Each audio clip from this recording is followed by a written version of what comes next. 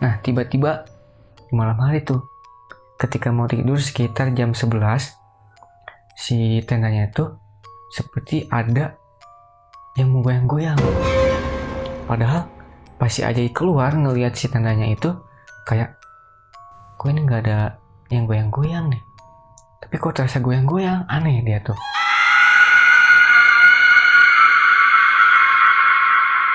Halo semuanya, ketemu dengan saya Rifalistin di acara Mikeseri spesial dari teman kerja. Oke, tangan dulu. Jadi gue itu punya teman kerja ya dulu tuh. Sebut saja namanya Ajay, karena gue ingin menjaga privasi dia. Nah, dia itu merupakan lulusan dari Politeknik Negeri Bandung di tahun 2016. Ceritanya itu, dia itu mendekati tahun baru, H-5 lah. Dia itu mau pulang kampung tuh ke desanya, yaitu Ponorogo di Jawa Timur.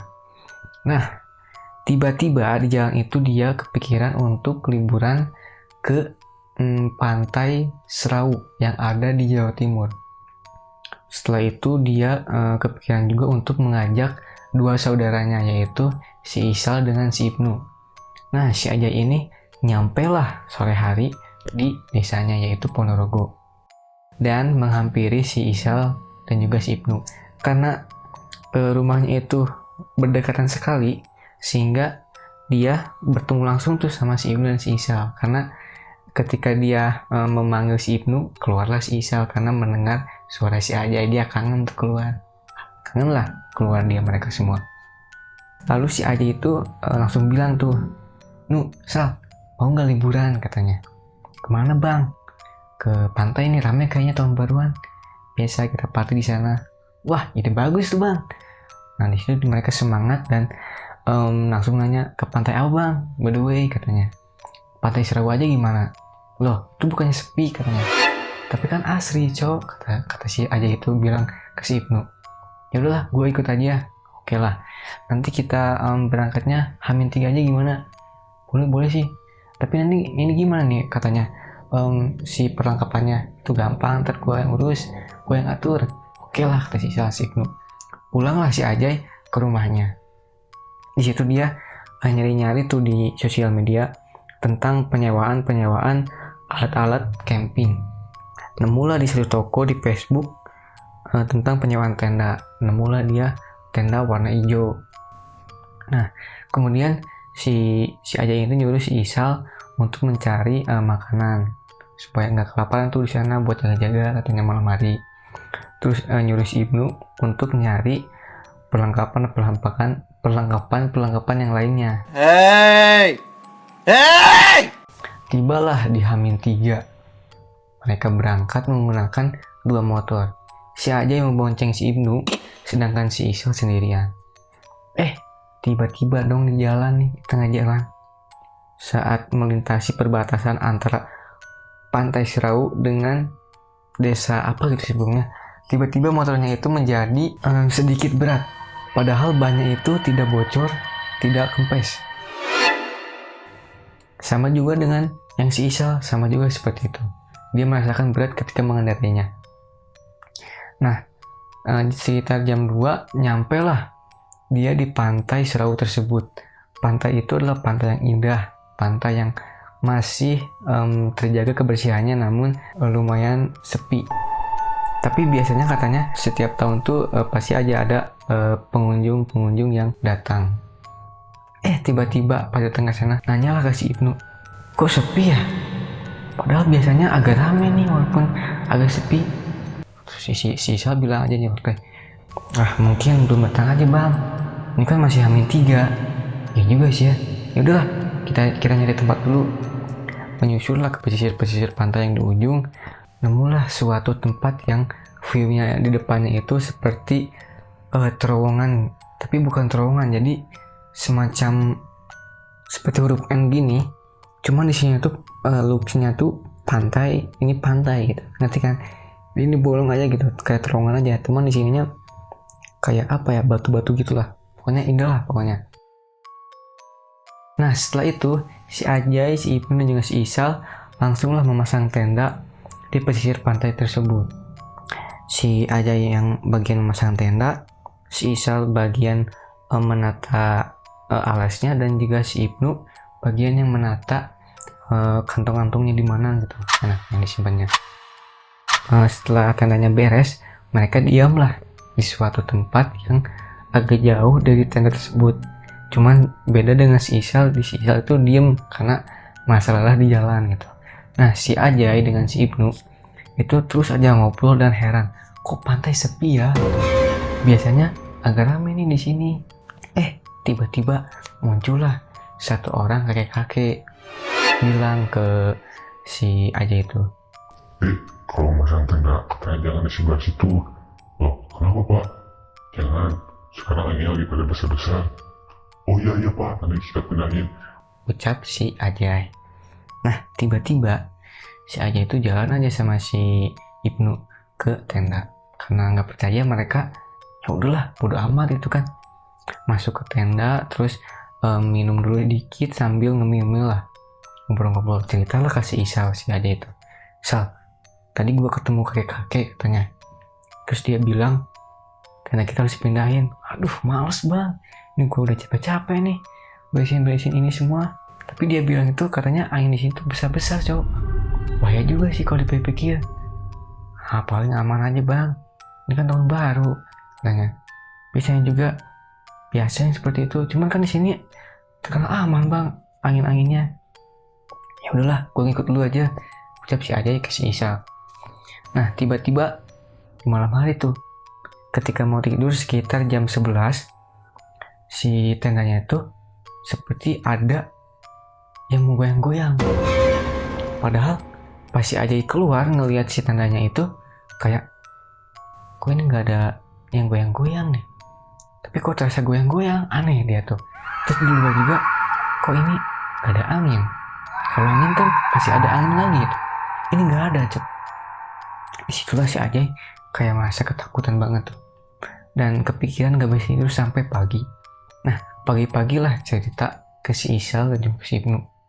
Kan ngerasa gak sih ketika malam hari ada yang goyang-goyang? Gue ngerasa sih, ucap si Ibnu. Cuman kirain gue itu lu bang, tamu gua katanya.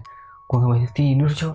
Nah, habis itu si Ibnu sama si Isal itu jalan-jalan lah mencari para manusia-manusia yang ada di pantai gitu. Siapa tahu ada katanya. Jalan-jalan, ketemulah dengan beberapa seperti pengunjung-pengunjung gitu. Ada 2 keluarga. Wah, si Ibnu sama si Isal tuh kayak ngerasa seneng karena ada temen ternyata. Bu, masang tendanya di sana aja katanya. Oh, kenapa dek? Kami masang tenda juga di sana. Oh iya, nanti ke sana. Mereka mampir lah. Pas mereka mampir ke tenda kita katanya, malah pergi, nggak jadi mantai. Nah, tiba-tiba mereka juga ketemu lagi lah tuh sama kakek-kakek yang kemarin. Itu kakek-kakek yang kemarin bilang ke gue sama si Ajay katanya, sampai lagi yuk. Yaudah ayo katanya. Kek mau kemana? Ucap si Ibnu. Ini kakek mau bersih-bersih ruangan sana yang ada di pantai sana katanya. Oh, ruangan apa itu kek? Itu biasa penginapan. Oh, ada penginapan ya? Iya katanya. Nah, terus si kakek-kakek itu nanyalah ke si Ibnu, gimana tenda yang kemarin udah dipindahin belum katanya. Si Ibnu langsung jawab, oh itu ya kek, belum katanya. Nanti mau dipindahin sore ini kek. Udah pindahin segera ya. Takutnya ada apa-apa di sini katanya. Soalnya pernah ada korban juga. Oh ya kek, makasih infonya. Nah, habis itu si kakek langsung aja pergi ke penginapannya. Sedangkan si Ibnu sama si Isal kembali ke tenda. Setelah beberapa langkah, si Ibnu sama si Isal nolehlah ke belakang gitu kan. Tiba-tiba hilang dong kakek-kakeknya. Kakek-kakeknya hilang, kata si Ibnu. Ke si Isal tuh. Loh, iya juga ya, kata si Isal tuh ke si Ibnu. Jangan-jangan dia setan bang. Karena mungkin setan cok. Gue udah ketemu 2 kali, kata si Ibnu tuh. Bilang ke si Isal kayak gitu. Ke tenda, kita kasih Ajay. Nah, mereka pergilah ke tenda dan nemuin si Ajay cerita tentang hal tersebut. Jay, gue ketemu kakek-kakek yang kemarin katanya. Kakek yang mana? Yang kemana ke kita? Yang mana, Cok? Yang kemarin yang nyuruh pindah tenda kita. Oh, kakek-kakek yang itu. Emang kenapa? Ya tadi dia kan bilang lagi ke kita, terus nanyain udah pindah belum? Ya gua jawab belum lah, katanya. Loh, terus emang kenapa? Bukan itu masalahnya, Cok. Ketika dia pergi, gua pun pergi. Nah, pas gua nengok ke belakang, kakek-kakek itu langsung hilang. Serius loh? Serius? Nah, kok bisa ya? Lalu telat lihatnya kali, jadi kakek-kakek itu tiba-tiba hilang. Lah, perasaan enggak deh. Karena gue nolehnya itu ketika beberapa langkah aja, Bang.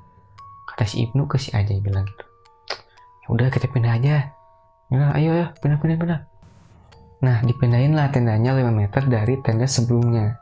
Tapi si Ajay itu kayak ngeliat si Ibnu kayak ketakutan gitu. Terus nanya, lu aman kan? Lu sehat kan? Kenapa sih lu kayak ketakutan gitu? Tanya si Ajay ke si Ibnu. Terus si Ibnu bilang, gue kayaknya ngerasa gak enak, Bang. Kayak ngerasa kepikiran di sini. Kenapa? Ya lu kan tadi bilang kemarin malam ada yang goyang-goyang tenda. Terus tadi gue ngeliat kakek-kakek tiba-tiba pergi. Kayak aneh aja gitu, Bang. Kayak gak biasa aja. Iya juga sih, kata si Ajay ke si Ibnu. Coba bentar. Si Ibnu tuh mikir, kita ngelanggar pantangan gak ya kira-kira? Ngeliat baju gua, baju lu aman. Lu bawanya apa coba? Gak ada yang hijau kan? Gak ada sih, Bang, kata mereka bilang ke si Ibnu. Nah, habis itu si Ajay ngeliat ke atas.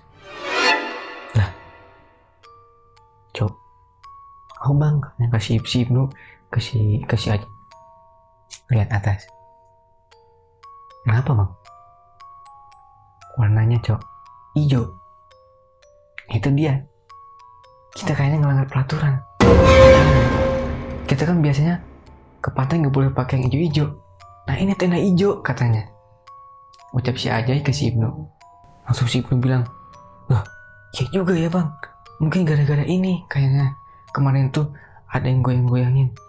Terus ada kakek-kakek yang tiba-tiba ngilang. Mending kita cabut aja, Bang. Besok, Bang, gimana?